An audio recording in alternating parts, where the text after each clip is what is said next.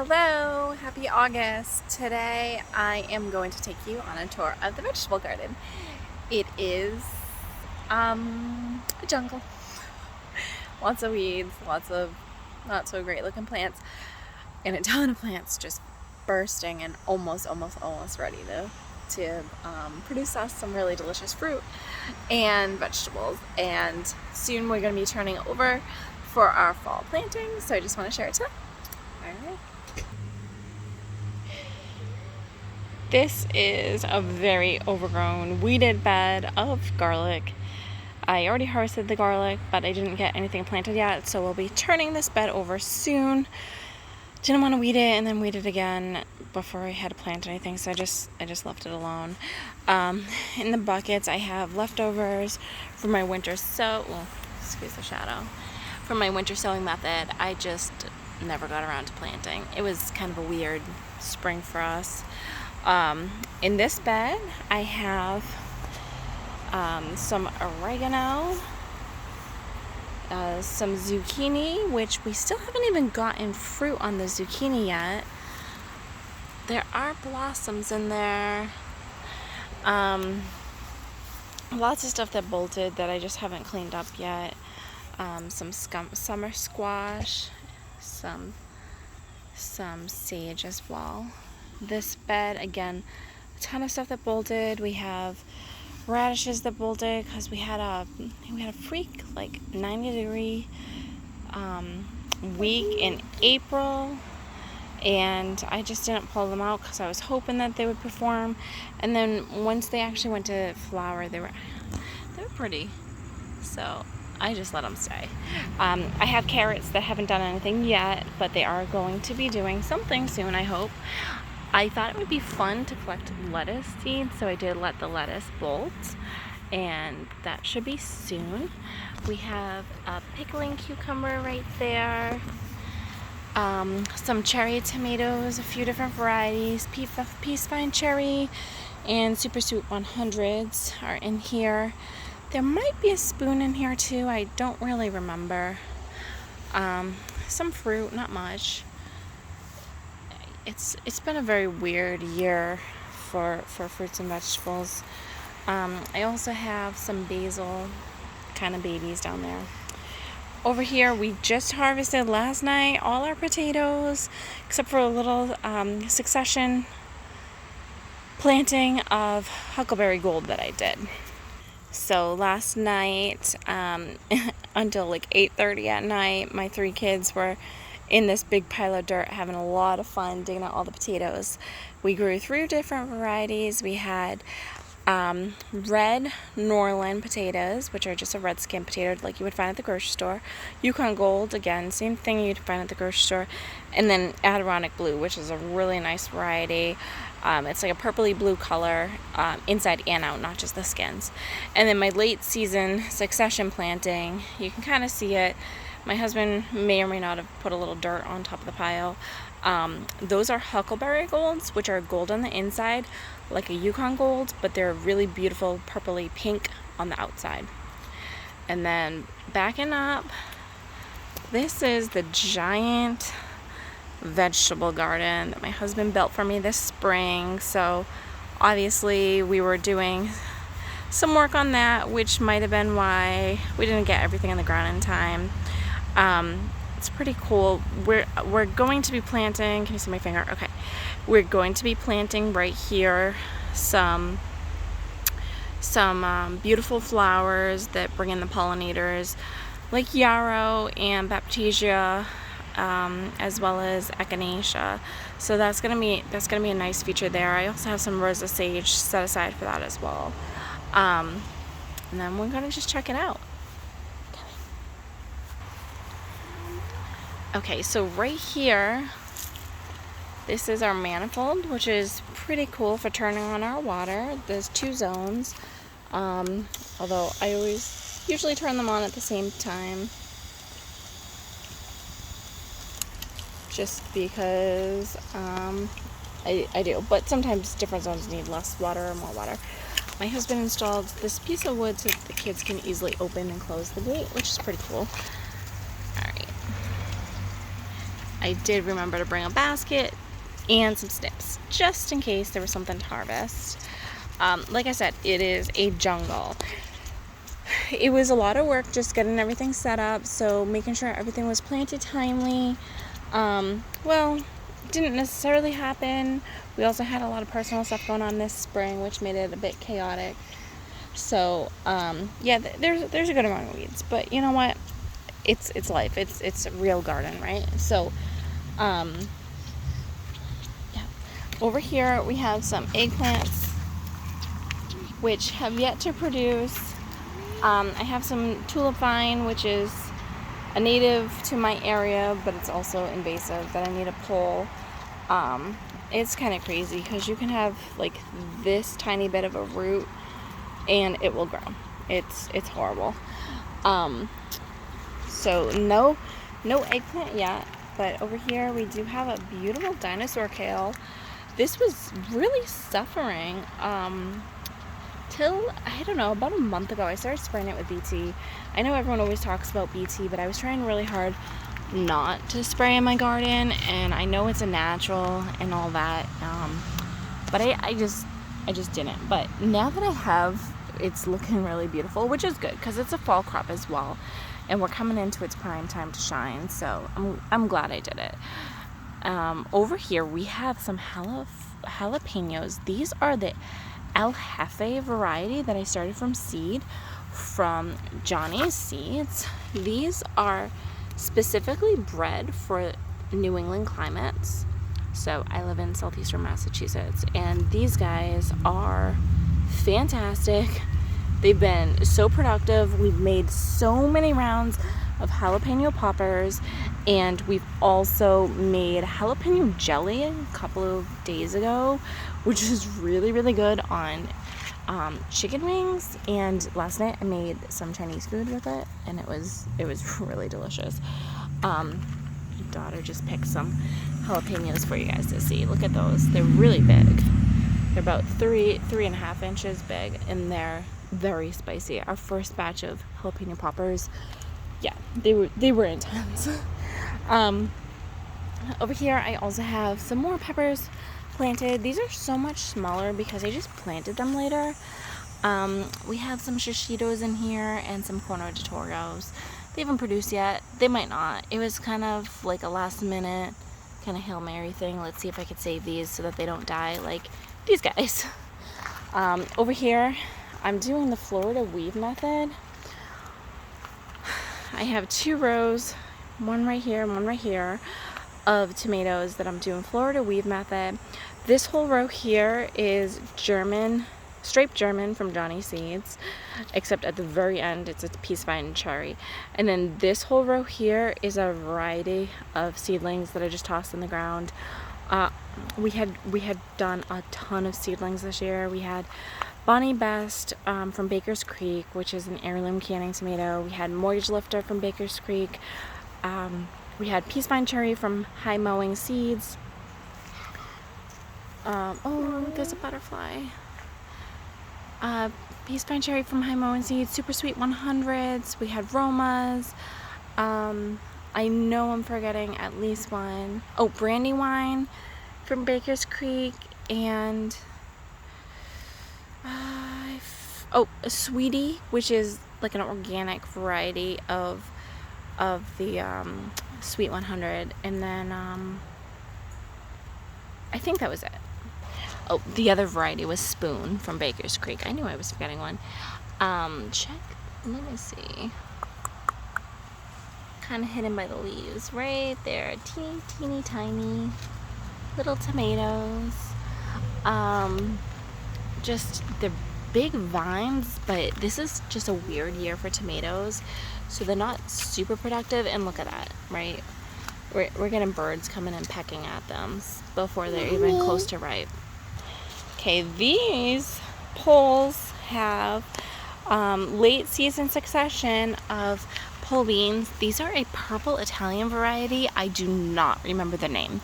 They will have purple beans. I'm not sure if they'll turn green when I cook them or if they'll stay purple. I know a lot of purple beans tend to stay purple. Tend to change to green. So we have 2 poles of these, one right here, still not that tall yet, and then another one right there. I have another dinosaur kale that was also kind of doing pretty lousy until a few weeks ago when I started the BT. Down that jungle, there's a few weeds in there, but mostly what you're looking at is actually celery. To be honest, I'm a little afraid of weeding that area because shortly after we planted the garden, we had a chipmunk bury and make a little nest over there. So I haven't been too excited to go over there because I just didn't want to disturb the chipmunk. On the back side of this trellis, we had originally planted, so these are cattle panel trellises. It's really cool. I found a tutorial from Roots and Refuge on how to do that, and these trellises support so much weight. It's pretty incredible. Just think about it, right? They're cattle panels, so they have to hold back livestock, so they can support a good amount of weight. And originally I had planted 3 different types of peas. We had shelling peas here, snow peas, and then snap peas, sugar snap peas. And then when they all died, I pulled them out, and we have green beans going now. And then I have some late season succession of cucumbers, which hopefully will come in time. We'll see. The green beans have been doing really well. I did recently discover that green beans, these are, I'm trying to remember, rattlesnake pole beans from High Mowing Seeds. And these taste so good. We're just blanching them in some boiling salted water and then putting them in an ice bath and just snacking on them. Like, that's it. Not even making like a dinner size portion out of these guys. But I found out that pole beans are just not as productive as bush beans, and I didn't realize. Oops, see, it just took all the leaves off of that one. So because pole beans are not that productive, we're only getting, small handfuls. I mean, I still have a lot of picking to do, but they're small handfuls, which just, can you guys see that? Which just aren't enough for a whole dinner for 5 people. But they're incredibly delicious. Let me see. Doesn't that look so pretty? Look at these guys up here. My daughter is pointing at all the beans for me to pick. We've had a lot of rain, so we haven't been out harvesting in a day or two.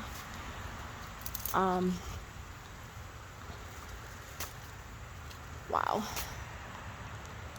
These are just really, really nice beans. And there's this particular variety is really tasty. And it's an organic variety, which is nice. Let's see. It's always so hard to pick on, though, on top of the trellis. I always have to have another person come through with me to make sure that I don't miss one. Do you guys do that too, or is that just me? Wow, actually, I'm getting a pretty decent sized sample today. This is a lot more than I usually get. Probably because we haven't harvested in a couple of days given the weather.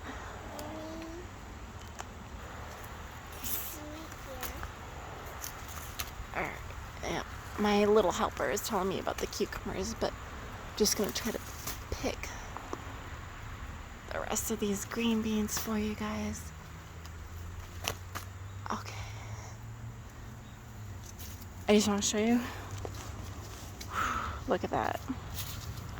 And these are so tasty. That's a decent amount. I'm just going to go put that into our harvest basket. So, right here. Okay, the next thing I'm going to pick are my gherkin cucumbers. And you got to use snips for that. You can't pull those off. Look at that. So, these are Adam gherkins from Johnny's Selected Seeds, and there's so many. I'm gonna try to pick these. I don't know that I can do this with one hand and holding the camera. Okay, one.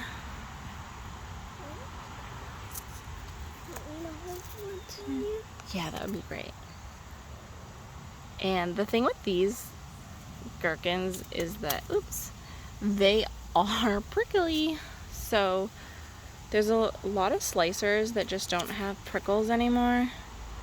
They've been bred out. That's not the case with the gherkins. The gherkins are very much a prickly pepper. Not a prickly pepper, they're not peppers. A prickly cucumber. But I'm getting a really good amount here.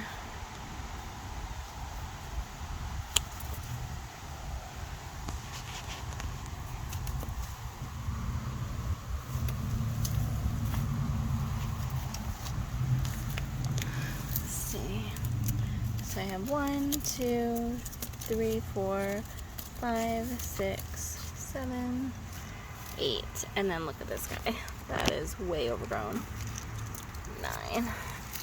So it's super important that you pick these at the size on the package, because otherwise you'll get a fruit like this, which doesn't taste bad. It's just the seeds are just like really large on it, and so you don't really want that. You know what? I think we have 10.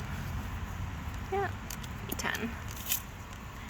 So when they're smaller, like even this I think would probably be the perfect size, right? That's like 2.5, 3 inches long and just over 1/2 inch in diameter, maybe 5/8. And this is perfect for pickling. You do need to wash these before you eat them because they're covered in these sharp little hairs. Once you wash them, they're still going to be bumpy, but they're not going to be prickly anymore. And I am making refrigerated bread and butter pickles right now with these, and they have been so delicious. Real quick, I just want to show you the other cucumber variety that we are growing. So I already showed you the Boston pickling, and that's not doing anything right now. It's just growing, but these are the Market More 76. We grew these last year. They do have spines on them. You guys can see that. And these just were so delicious, but they took forever to produce this year, and we're not getting many. Last year was the year of the cucumber. We were inundated with cucumbers, but this year it's just not the case. Okay, so on this same trellis, a little further down, we have a few more plants growing. I did put a sugar cube cantaloupe in, and it does have flowers on it. You see, when I planted this, we already had flowers on the transplant that I grew, and then we had like some cold nights while I was hardening them off. So, needless to say, it's August 12th. I don't think we're getting any cantaloupe. There is 0 fruit on it. It's just flowers. And I did accidentally prune off a whole arm of this a couple of weeks back that also was just flowers. So I don't think we're getting fruit. However, the kabocha squash that we're growing, I don't know if I'm pronouncing that correctly because my sister says kabucha. I don't know. Anyways, it is doing fantastic. This is a high mowing seed, and this vine pretty much goes the entire length of the trellis. It got ginormous. But I want to point out over here, this fruit. Okay, so this fruit is bigger than my palm. It's so big. It is so big. And then there's another little guy. Let me try to block the sun. There's another little guy right there. Look at that. Look at that. It's so big, and it's quite heavy, but this vine is very robust. It's probably about at least 1/2 inch thick in all spots, and it's really strong. So I cannot wait to see how this looks and tastes. And there's a ton of little babies on this plant too, so like going up to the sun, which I know is probably really bad for filming, but whatever. There is a little guy right there, this medium-sized one here, the large guy there. I had a little yellow one. This is my first time growing this, so there it is. I'm not sure what that means because the other ones are green. So is it getting sunburn? Is it rotting? Or is it totally fine? Maybe blossom and rot. If you know, let me know, because I don't know. I am definitely not an expert in growing squash. Yeah, but guys, that's just so cool, right? Can I zoom in? That's just so cool. On this side of the vine, in addition to the kabocha squash, we have a honey nut butternut, which is my personal favorite. We got these seeds from Botanical Interest from a local nursery, town or two over, and look at this. Oh my goodness. Alright, reminder, don't film in high noon. Alright, so this beautiful little guy, I'm like fighting the bees right now. This is a honey nut. It's maybe gonna double to triple in size right now. They're very small butternut squashes. They're, single to double size portions, and that's pretty much it. And they are ridiculously tasty. They taste almost like pumpkin pie without having to add any sugar to them. If I remember correctly, they are a squash that was crossing kabocha squash with like a Waltham butternut, so that they could get the really sweet flavor of the kabocha in the shape of a butternut. And it's just so delicious, so delicious. My fall crop of green beans, so FYI, green beans are not frost hardy, so when I say fall, I just really should have said late summer. So these are all a bush variety, a bush bean. And I'm excited because these guys will be producing massive amounts of green beans all at once. And I will most likely prep and freeze these if I'm inundated with too many at the same time. I'm going to back up here. My first year ever doing corn. Honestly, I don't have high hopes for corn at all. I'm not super concerned though, because if the corn fails, I will have corn stalks to decorate my house with. So I'm totally fine with that. And what I found out is apparently aphids love corn. If you knew this, I did not. So aphids love corn, and these guys were covered in aphids. So if I remember correctly, this portion up here is the pollen. This is the male section of the corn. And then down here are the silks. And this is the female section of the corn. And then the pollen falls on the silks. And then each individual silk needs to be pollinated to create one single kernel.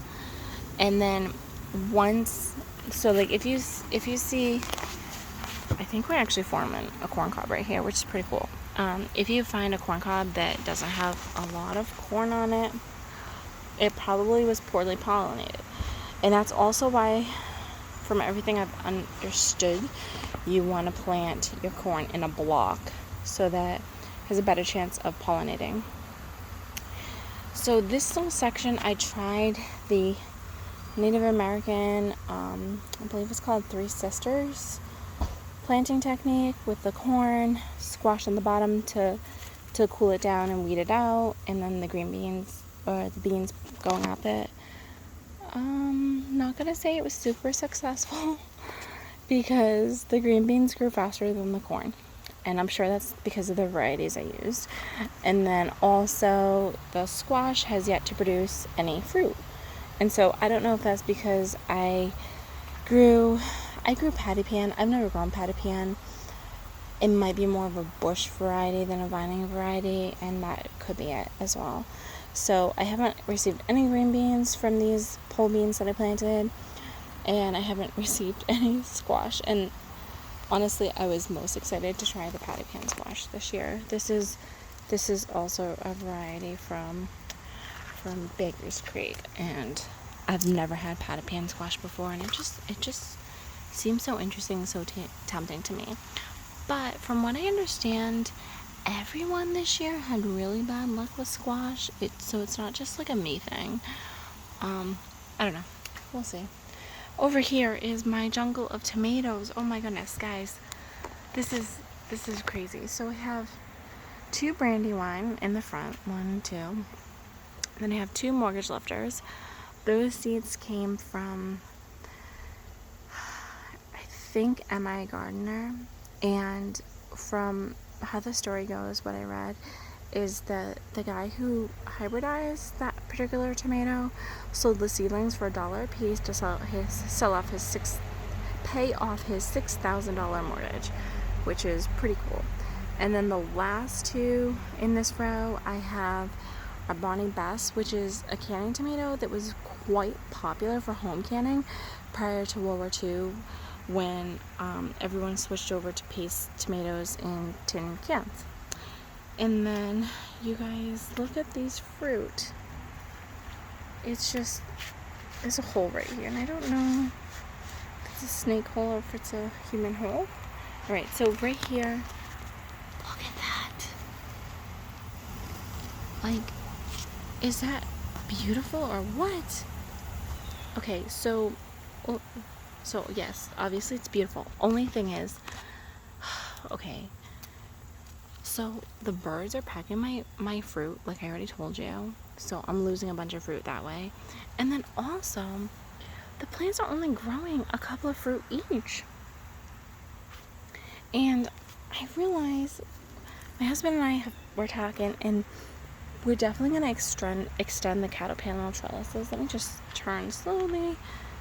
Okay, so the cattle panel trellises where all the squash vines are on, we're going to move that so it's centered and creates like an arbor over the main gate. And then we're going to add some more, because we realized that when you grow the indeterminate tomatoes, and yes, we've grown them before, these cages are they just don't cut it. They just don't cut it. So next year we're gonna grow these on cattle panel trellises. But the fruits are looking beautiful. Oh man, I see some. I gotta scooch. Okay, these are the mortgage lifter variety. Let's see, can you see that? There's a few of them there. And then the next row, can you see that? That's aroma, and it's starting to ripen. So I did not come in and stake everything in a timely fashion at all, like not even close.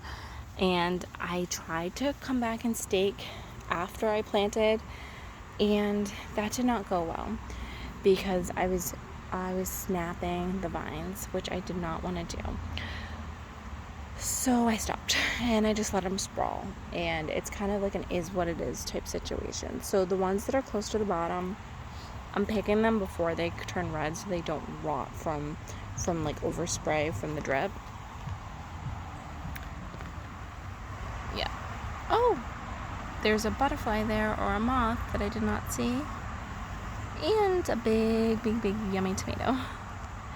Alright, so yeah, I did not prepare well for this. I know what was going on. We had a lot of family things going on, and I quit my job and just going back to school and all that at once, and it just kind of made life a little crazy. So we just only had time for so much, right? Everybody has a built-in capacity, and once you reach that, you're kind of done. But the tomatoes are doing fabulous, and it's okay. If I have to pick a couple when they're orange and let the rest bloom, ripen inside, it's fine. Over here, my neighbor gave me some morning glories, and well, it's not morning anymore, so they're not blooming anymore, but absolutely beautiful when I come out here to get rid of the compost. Then I'm gonna attempt to take you down the jungle. Let's see here. The jungle is how we access our peppers and the aromas. So I have heirlooms on the left, and then Romas in the middle. The Romas, I planted 8. And guys, Romas produce 20 to 30 pounds of fruit each, according to, internet calculations. So of course that might not actually be the case, except for the fact that they are covered in fruit. Okay? Like, look at this. So we have some fruit here, some fruit here, some fruit there. Down here is, look at this. They're covered in fruit. Covered in fruit. Like literally covered in fruit. So, yeah, I think we're going to get the 20 to 30 pounds per plant.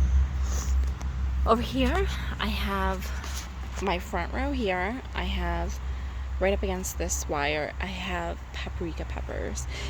I'm Hungarian, and we use a ton of paprika, from anything from chicken paprikash, eggs, potatoes, like literally anything.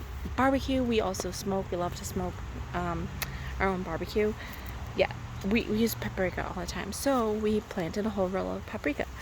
As the paprika plants ripen, I pick the peppers, and then I'm hanging them to dry. And then in the row here where my daughter's standing it's crazy because these tomatoes recently, like I'm talking like in the last 4 days, have taken over. And yeah, you can't even see her anymore. I have sunbright bell peppers, I have Corno di Torio Italian sweet red peppers, and I have shishito, which is a Japanese sweet pepper that supposedly 1 in 10 is very spicy. I have yet to have a spicy one, and we've been harvesting quite a lot of that. So what this section of garden has taught me is spacing, right? So yeah, I did not space anything properly. I'm actually quite comfortable with the spacing I gave my pepper plants. I only gave them about 12 to 18 inches. I know you don't see a path there, but that's okay because supposedly peppers like to kind of lean on each other and like to be planted closely, from the reading I did. And I'm getting very good production from them. So I'm not concerned with that. The problem with my spacing is tomato to tomato and then tomato to pepper. So I did have an aisle here, and now I don't. First, okay, so right here, guys, this is some very red paprika peppers. So I didn't grab my basket, so I'll have to come back. Alright, so this one right here, I don't. Okay, I'm right here. You see me now? Look in the bushes. Hold on. Okay, there we go. You see me now? There. Okay, so these peppers are the, I'm gonna butcher this name, Leschauer paprika pepper from Baker's Creek Peppers. Baker Creek Seeds.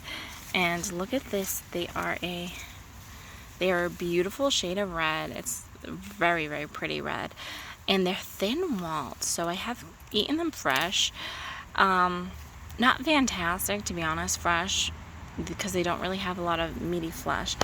But what I've been doing is washing them and then hanging them with kitchen twine to dry on a hanger in my kitchen. And once they're fully dry, I'm gonna pound them with my mortar and pestle to make paprika. You could also use a spice grinder if you had one, and you can also smoke these too. But these peppers have been highly productive, and I believe I have 13 of them because, like I said, I use a lot of paprika in my house. And there's some more. So some of these are still pretty green, like that top one, but this guy looks pretty good. Whoops. Yeah.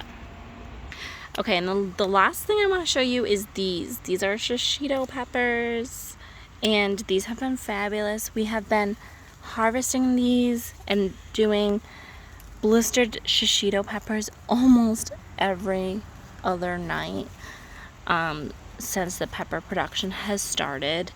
And it's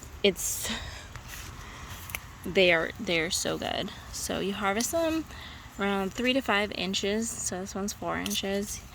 And then you toss them with a little olive oil or, neutral flavored oil of your choice. Grapeseed will work really well here because you need high heat. And then you put them on a super, super, super hot skillet just until, for about 10 minutes total, but you're stirring them every 10 minutes. Every one single minute, not 10 minutes. And then when they're done, after 10 minutes, tossing, every one single minute,